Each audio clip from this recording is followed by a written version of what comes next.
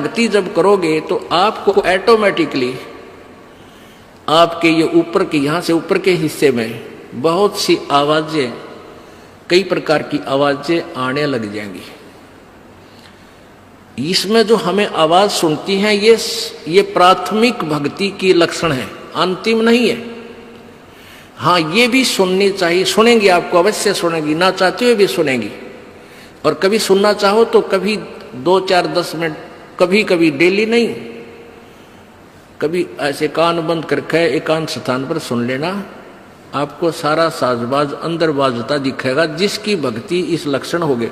कुछ एक को वैसे भी सुनती है जिनके पूर्व जन्म की भक्तियां होती हैं और फिर धीरे धीरे उनकी बंद हो जाती हैं, आगे कुछ नहीं सुनती, चाहे वो किसी का नाम जाप ले रखा है। तो वो तो ऐसा सुनना, ये देखना तो ऐसा है जैसे आपने बैंक में कमाई करी की और बैंक में पैसे जमा करा दिए, और उस बैंक की कॉपी ने कभी देखना चाहो तो खोल के देख लो।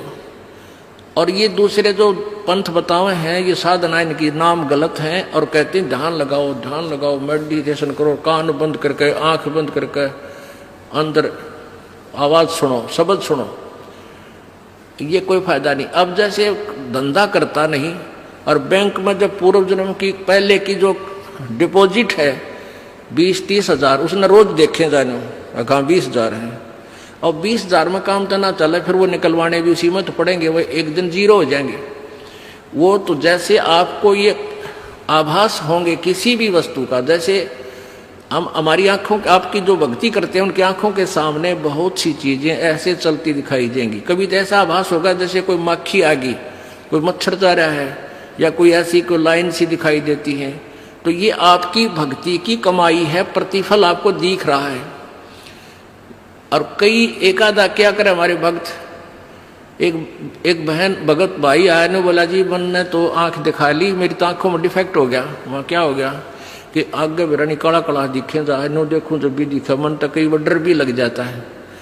और डॉक्टर का इसका ऑपरेशन करेंगे, रमा भले आदमी क्यों आंख पड़वावे, ये तेरी भक्ति की कमाई दिखाई दे रही है, तेरी जो बैंक में जमा कराए हैं वो कॉपी में दिखे तेरे को। ये तो भगवान आत्मा ने दिखेंगे बेटा, जिनकी कमाई शुरुआत हो चुकी है।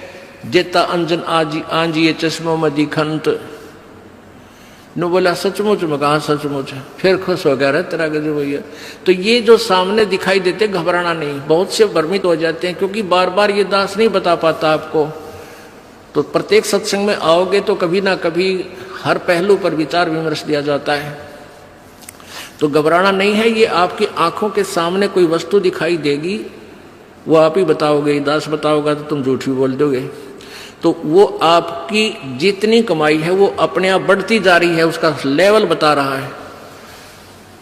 तो ऐसे अंदर आवाजें आएंगी, कई प्रकार की आएंगी, और उनमें से एक न्यारी आवाज आएगी,